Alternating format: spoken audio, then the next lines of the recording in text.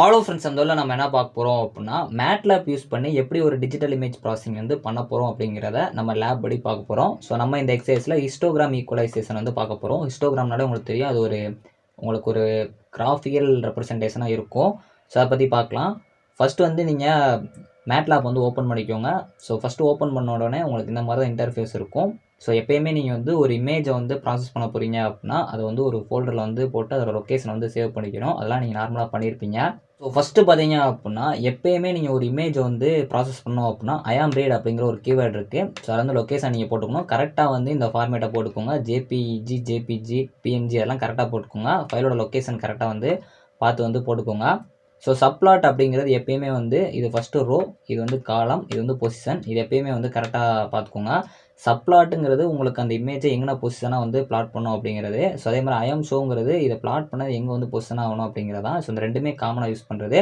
Title அப்படிங்கிறது original இமேஜுங்கிறது நீங்கள் இமேஜுக்கு மேலேயோ இல்லை கீழேயோ வந்து டிஸ்பிளே ஆகிறது. ஸோ இது காமனாக எப்பயுமே பண்ணுறது. ஸோ இப்போ நம்ம ஹிஸ்டோகிராம் பண்ண போகிறோம் அப்படின்னா அது வந்து நார்மலாக ஒரு இமேஜை பார்க்குறத விட ஒரு கிரே இமேஜை பார்த்தோம் அப்படின்னா அது கிளியராக வந்து தெரியும். ஸோ அதனால் வந்து ஃபஸ்ட் நம்ம கிரே கலரில் மாற்றிக்கிறனால ஸோ இது கீவேர்டு வந்து RGB to கிரே. இது வந்து நம்ம ஒரிஜினல் இமேஜ் மாற்றுறதுனால ஐங்கிற இந்த ஒரிஜினல் இமேஜை வந்து நான் வந்து இங்கே வச்சுக்கிறேன். இதுக்கு ஒரு வேரியபிள் வச்சுக்கிறேன் G அப்படின்னு சொல்லிட்டு. ஸோ இதை தனியாக ஒருக்க வந்து நான் பிளாட் பண்ணுறேன். ஃபஸ்ட் 4 அப்படிங்கிறது ரோ, ஸோ 2ங்கிறது காலம், ஸோ 2ங்கிறது பொசிஷன். ஸோ அந்த imshowங்கிறது நான் கிரே இமேஜை வந்து ஷோ பண்ண போகிறேன். ஸோ இங்கே வந்து நார்மலாக நம்ம ஃபஸ்ட் ஒரிஜினல் இமேஜை ஷோ பண்ணோம், இங்கே வந்து கிரே இமேஜை ஷோ பண்ணோம். இது காமனாக பண்ணுறது தான். ஹிஸ்டோகிராம் பொறுத்த வரைக்கும் ஒரே ஒரு கீவேர்டு தான், ஹிஸ்ட் அப்படிங்கிற ஒரு கீவேர்டு. ஸோ imshow அப்படின்னு போகிற மாதிரி இங்கே imhistன்னு சொல்லி யூஸ் பண்ணிக்கணும். எப்பவுமே கிரே இமேஜ் தான் நீங்கள் வந்து டிஸ்பிளே பண்ண போகிறீங்க. ஸோ அதனால் பொசிஷன் வந்து 3வது பொசிஷன். இங்கே பார்த்தீங்க அப்படின்னா ஃபஸ்ட்டு, செகண்டு, ஸோ தேர்டு பார்த்தீங்க அப்படின்னா தேர்டு. இந்த மாதிரி தான் நம்ம ஒவ்வொரு பொசிஷனாக வந்து பிளாட் பண்ணியிருப்போம். இந்த பொசிஷன் அப்படின்னா ஒன்றும் இல்லை. ஸோ ஒரு இமேஜோட பொசிஷன் எங்கே இருக்குன்னு பார்த்தீங்க அப்படின்னா தெரியும். ஒரிஜினல் இமேஜ் வந்து ஃபஸ்ட் இடத்துல இருக்குது, கிரே இமேஜ் வந்து 2வது இடத்துல இருக்குது. ஸோ அதனால் அதுக்கேற்ற மாதிரி வந்து பொசிஷன் வந்து பண்ணியிருப்போம். imhist அப்படிங்கிறது வந்து உங்களுக்கு ஹிஸ்டோகிராம் வந்து பிளாட் ஆகிறதுனால imhist அப்படின்னு சொல்லிட்டு உங்களுக்கு இருக்கும். ஸோ இதே இது வந்து உங்களுக்கு ஹிஸ்டோகிராமுக்கு வந்து இந்த மாதிரி பண்ணுற மாதிரி உங்களுக்கு ஹிஸ்டோகிராம் ஈக்குவலைசேஷன் அப்படின்னு சொல்லிட்டு இருக்கும். ஸோ இந்த ஹிஸ்டோகிராம் ஈக்குவலைசேஷனும் உங்களுக்கு எப்பயுமே வந்து கிராஃபிக்கல் ரெப்ரசன்டேஷனாக தான் இருக்கும். ஸோ பார்த்தீங்கன்னா தெரியும், இங்கே வந்து உங்களுக்கு கிராஃபிக்கலாக வந்து அந்த இமேஜ் எப்படி வந்து ஈக்குவலைஸ் ஆகிருக்கு அப்படின்னு சொல்லிட்டு உங்களுக்கு கொடுத்துருப்போம். ஸோ ஹிஸ்டோகிராம் ஈக்குவலைசேஷன் பொறுத்த வரைக்கும் ஹிஸ்ட் அப்படிங்கிறதா உங்களுக்கு கீவேர்டு.